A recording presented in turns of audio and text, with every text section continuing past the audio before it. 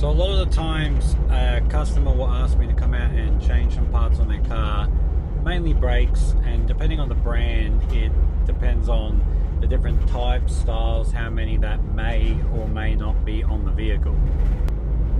In this case we have a Honda, and a lot of the time on these earlier Honda Accords, a lot of these Honda Civics, there are like 3 or 4 different size rotors. So I've got 2 options. I can tell the customer, hey look, rip a wheel off, measure the rotor, but most of the time they're not going to do that, and it may or may not cost you a sale.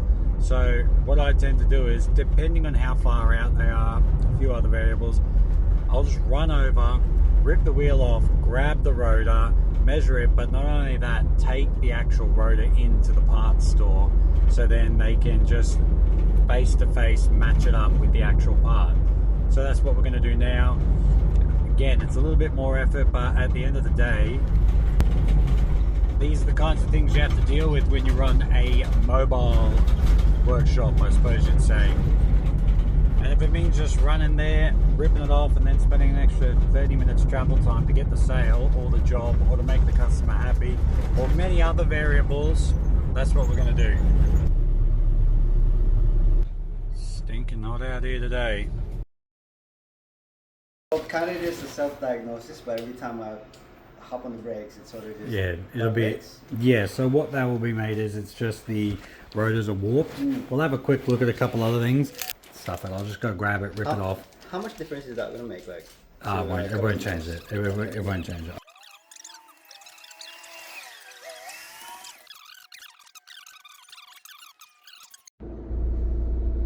Alright, we got the rotor. Measured up, 280 mil. There are a few different sizes.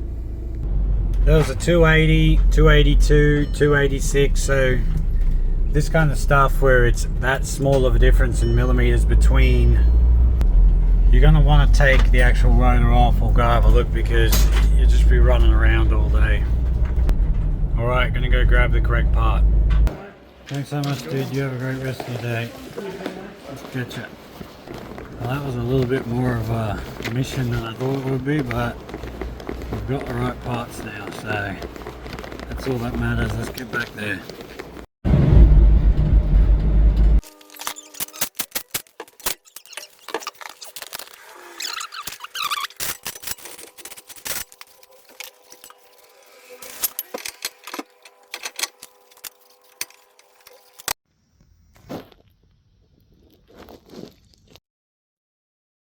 Right, so pads and rotors are on. Feels good, but if you can hear, let me turn this aircon down. Shut this valve down.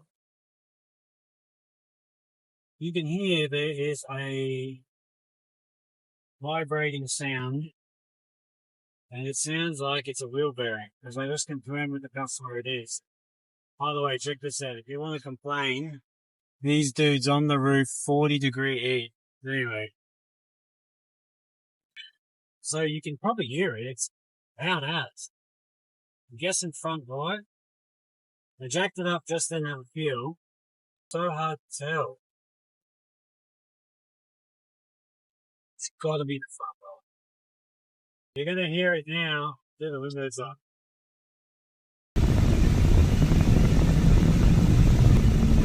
That's about 60 k's an hour. So the customer was telling me he was complaining that when he was braking, his rotors getting massive shaking from the steering wheel. And now we're not getting that issue. Brakes feel really good, everything's really smooth now, except for that wheel bearing. It's got to be the front right. I jacked it up before, as I mentioned, and gave the wheel a shake, but you can't feel it. The wheel bearing feels solid as. I've already spoken to him about it. He's totally aware of it, and he said, you know, I was just hoping that maybe if I did the rotors, it would have fixed the problem, but it did fix his shaking for the steering wheel. We don't have any issues there anymore. But unfortunately, as you can hear, we need to throw a wheel bearing in it. We'll go front right, and I think that should fix it, but yeah, I'll go back to the customer and let him know. But other than that, And that's the job done for today for the front brake pads and rotors. Thank you so much for watching. Peace.